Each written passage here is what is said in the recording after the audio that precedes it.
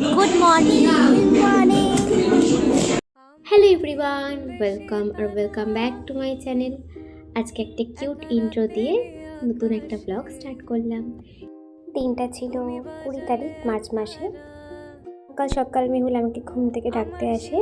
উঠে দেখি আমাদের ঘরে সবাই এসছে আড্ডা দিতে আর প্ল্যানিং করতে আজকে কোথায় কোথায় যাওয়া হবে। শেষ পর্যন্ত প্ল্যান আমাদের ঠিক হয় কোথায় যাওয়া হবে। তারপর আমরা সবাই আস্তে আস্তে ব্রেকফাস্ট করে রেডি হয়ে যাই আমাদের প্রথম ডেস্টিনেশনের উদ্দেশ্যে। আমরা এখান থেকে ঠিক করে যাই যে আমরা একদিন ওখানে গিয়ে শাড়ি পরবো, তো সেই কথা অনুযায়ী আমরা দ্বিতীয় দিন গিয়ে শাড়ি পরি। এই নিয়ে শান্তিনিকেতনে আমার তৃতীয়বার যাওয়া। প্রথমবার গিয়েছিলাম ঘুরতে মাসির সাথে, দ্বিতীয়বার গিয়েছিলাম নাচের সূত্রে এবং তৃতীয়বার নাচের সূত্রেই যাওয়া হলো। প্রথম দুবার আমরা গিয়ে বোলপুরের কাছাকাছি ছিলাম, কিন্তু এবারে আমরা ছিলাম প্রান্তিক স্টেশনের কাছাকাছি, যেখান থেকে সোনাঝুরি হাট ডিয়ার পার্ক খুব কাছাকাছি ছিল। আমরা ছিলাম একদম ডিয়ার পার্কের উল্টো দিকে একটি হোটেলে। প্ল্যান অনুযায়ী আমরা প্রথমে পৌঁছে যাই আমাদের প্রথম ডেস্টিনেশনে, মা কঙ্কালীর কাছে, কঙ্কালীতলায়। প্রথমে গিয়ে সবাই একটা একটা করে আমরা নিজেদের ডালি নিয়ে নিই পুজো, তারপরে চলে যাই মা কঙ্কালীর কাছে পুজো দিতে।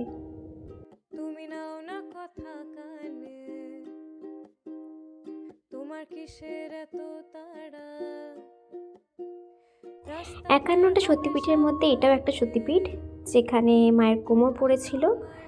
যেহেতু এখানে মায়ের কোমর পড়েছিল তাই এই সতীপীঠের নাম কঙ্কালীতলা।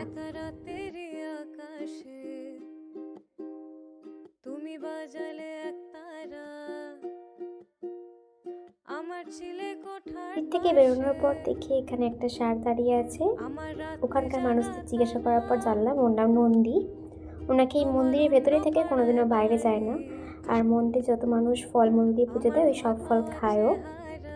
ওনাকে ঘাস খাওয়াও শেখেনি, যেহেতু ছোটো থেকেই একদম ছোটোবেলায় ওকে মন্দিরে কেউ ছেড়ে দিয়ে গেছে, তারপর থেকে ওই ফল খেয়ে এখানে থাকে। তারপর পুজো দিয়ে মন্দির থেকে বেরিয়ে ওখানে একটা বট গাছের ওই ঝুড়িগুলো ধরে সবাই মিলে ঝুলছিল ওখানে, মানে বেসিক্যালি মজা করছিল সবাই মিলে আর দেখছিল কে কে ঝুলতে পারে। সবাই ট্রাই করছিল। শেষ পর্যন্ত একমাত্র দাদার প্রীতিদি পেরেছিল ঝুলতে, আর বাকি আমরা কেউ পারিনি, কারণ বটগাছের ঝুড়িগুলো হাত দিয়ে ধরতে পারছিলাম না, খুব শক্ত ছিল, যার ফলে হাতে লাগছিল। আমিও একবার ট্রাই করেছি কিন্তু পারিনি, ফলে ছেড়ে দিয়েছিলাম। তারপর মন্দিরের ভেতরেই বটগাছের নিচে আমরা কিছুক্ষণ রেস্ট নিই, তারপরে ফটো ভিডিও তুলে আমরা হোটেলের উদ্দেশ্যে আবার বেরিয়ে পড়ি।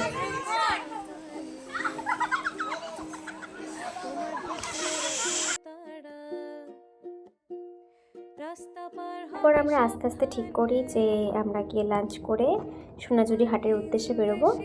তো সেদিন আমাদের লাঞ্চে ছিল মাটন আর ভাত। খাওয়া দাওয়া করে কিছুক্ষণ রেস্ট নিয়ে আমরা বেরিয়ে পড়ি সোনাঝুরি হাটের উদ্দেশ্যে। সবারই কিছু কিছু কেনাকাটি ছিল, তো আমরা ঠিক করেছিলাম সেদিন আমরা গিয়ে কেনাকাটি করবো।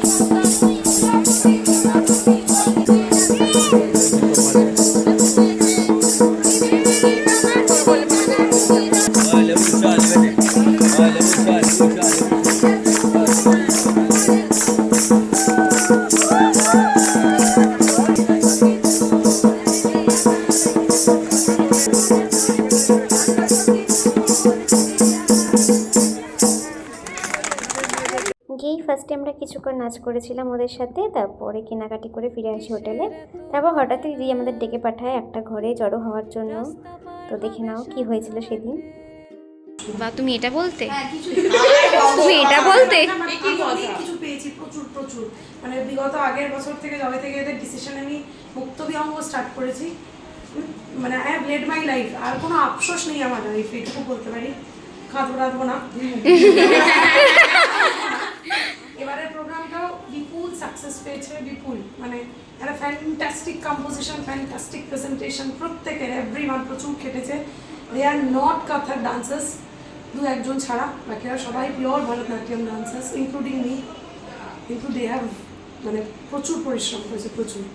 একটা ছোট্ট গিফট অফ লাভ সবার জন্য আমার মনে হলো এটা সবার দরকার, ঘুঙরু নিয়ে যাবে এতে করে। এটা আমাদের কাছে অনেক বড়, আমাদের কাছে বিশাল। এটা হচ্ছে ফার্স্ট হচ্ছে আমার দি মোস্ট মেকআপ। আমাদের না জানিয়ে আমাদের চোখে ফাঁকি দিয়ে লুকিয়ে লুকিয়ে আমাদের জন্য গিফট কিনেছিল সেদিন। আমরা কেউ জানতামই না, অথচ আমরা একই জায়গায় ছিলাম। তো সেইটা দেওয়ার জন্যই সবাইকে আমাদের এক ঘরে রেখেছিল। দিদি আমাদের কাছে কত প্রিয় সেটা বলে বোঝাতে পারবো না। দিদির ভালোবাসা নিঃস্বার্থভাবে দিদি আমাদের ভালোবাসে, ঠিক মায়ের মতো করেই যত্ন করে আগলে রাখে আমাদেরকে। তো এটা গিফট হতে পারে, কিন্তু দিদির ভালোবাসা হচ্ছে আমাদের কাছে সবথেকে বড় গিফট। ওটার ওপরে আর কোনো দামি গিফট আছে বলে আমার জানা নেই, বা আমি বিশ্বাস করিও না। দিদির এই ভালোবাসাটাই আমাদের কাছে সবথেকে দামি। ঠিক মায়েরা যেরকমভাবে সন্তানদেরকে সঠিক বুদ্ধি দিয়ে সঠিক পথে নিয়ে যায়, ঠিক দিদিও আমাদের কাছে তাই। সবসময় সবাইকে ঠিক উচিত বুদ্ধি দিয়ে আমাদেরকে কোন পথে গেলে কি হবে, কোনটায় গেলে আমাদের সুবিধা হবে, আমাদের ভালো হবে, সবসময় আমাদের গাইড করে, ঠিক মায়ের মতনই। আমি এই কথাগুলো কোনোদিনও দিদির সামনে বলিনি বা বলে উঠতে পারবো না হয়তো কোনোদিনই, কিন্তু আজ ব্লগের মাধ্যমে দিদিকে বললাম। দিদি আমাদের পাশে ছিল বলেই আজকে আমরা এই জায়গায় আসতে পেরেছি। কথা বলতে বলতেই আমরা সবাই ইমোশনাল হয়ে পড়ি। এরপর সেই ইমোশনাল মুহূর্তেরও কিছু ভিডিও আমি এই ব্লগে রেখেছি, তোমরাও দেখতে পাবে।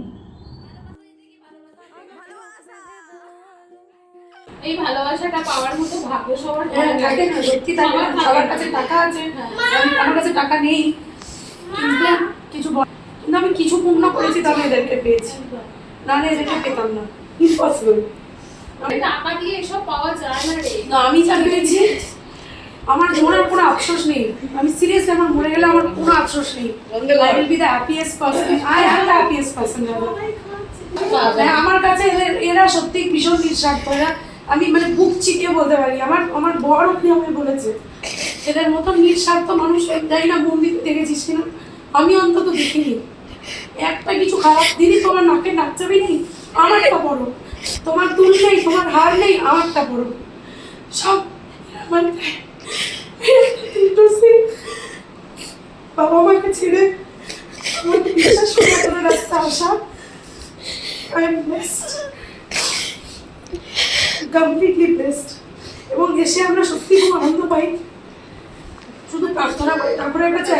আর আমার ছেলেমেয়েরা যেভাবে আগলায়, আমার আর কেউ এখনো অব্দি আগলায়নি। আমার বাবা বাদ দিলাম, সে তো আমার নিজের রক্তের লোক, এরা কেউ আমার রক্তের নয়।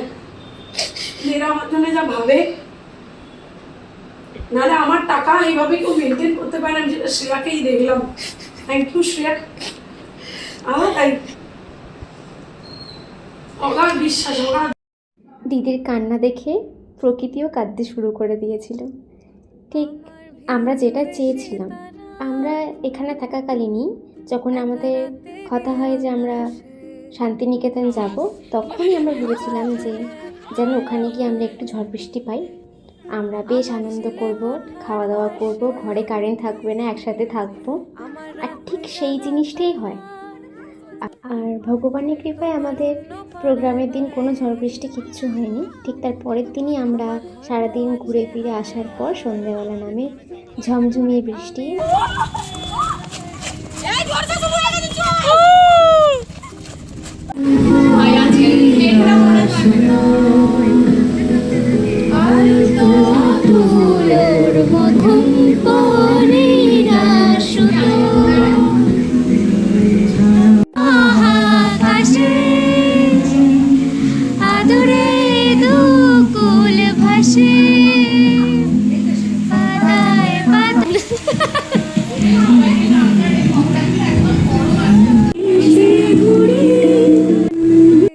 বৃষ্টি এনজয় করতে করতেই আমাদের অর্ডার দেওয়া হয় যে চিকেন পকোড়া বানিয়ে দেওয়ার জন্য। তো সবাই মিলে চিকেন পকোড়া খাচ্ছিলাম আর বৃষ্টি দেখছিলাম। আর সেই সময় হঠাৎই একটা দুর্ঘটনা ঘটে যায়। দুর্ঘটনা ঠিক বলবো না, আমরা এটাকেও খুব এনজয় করেছি। ছাদের একটা পাইপ কোনোভাবে জল আটকে গিয়ে সেই জলই আমাদেরই একটা ঘরের মধ্যে দিয়ে, মানে বাথরুমের মধ্যে দিয়ে জলটা বেরিয়ে আসতে শুরু করে, আর ঘর পুরো জলে ভর্তি হয়ে যায়। আমরা প্রথমে খেয়াল করিনি, যেহেতু আমরা সবাই একটা ঘরে ছিলাম। তো হঠাৎ কোনো কাজের জন্য কেউ বাইরে বেরিয়েছিল, তখন দেখে যে জল পুরো ভর্তি ঘরে। তারপর সাথে সাথেই ওরা সব কিছু ঠিক করে দেয়, সাথে সাথেই সব ঘর পরিষ্কার করে ওরা মুছে দেয়। তারপর আমরা সবাই চা খেয়ে বসে যাই ব্যবসায়ী খেলতে।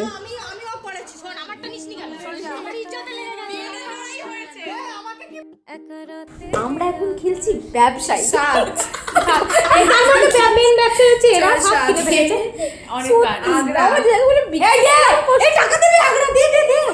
আমি অনেক জায়গায় সেই ঢুকেছি, ওরা সব বিক্রি করে দিত।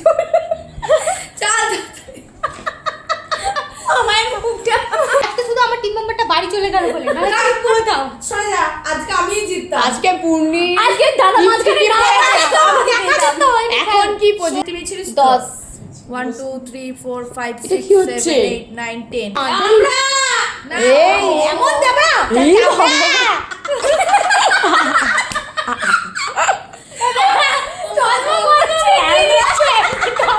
তোর গায়ে ঢুকে গেছে এইখানটা হারে ধান করে তোরা মারপিট করে লেগেছে।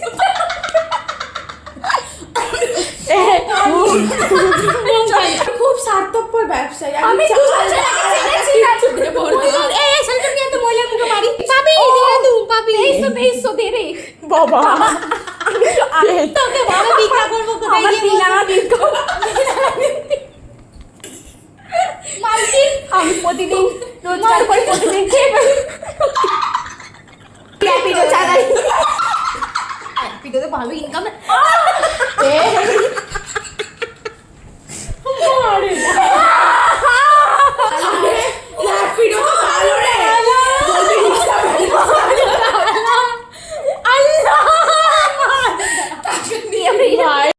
ব্যবসায়ীতে হেরে গিয়ে আবার দাদার সঙ্গে বসে যাই লুডো খেলতে। তারপর আমরা ডিনার সেরে নিয়ে সবাই শুয়ে পড়ি। আজকের ব্লগটা তাহলে এখানেই এন্ড করছি। ব্লগটাতে দুঃখ আনন্দ সব মিশিয়ে আছে। তোমাদের কেমন লাগলো জানিও।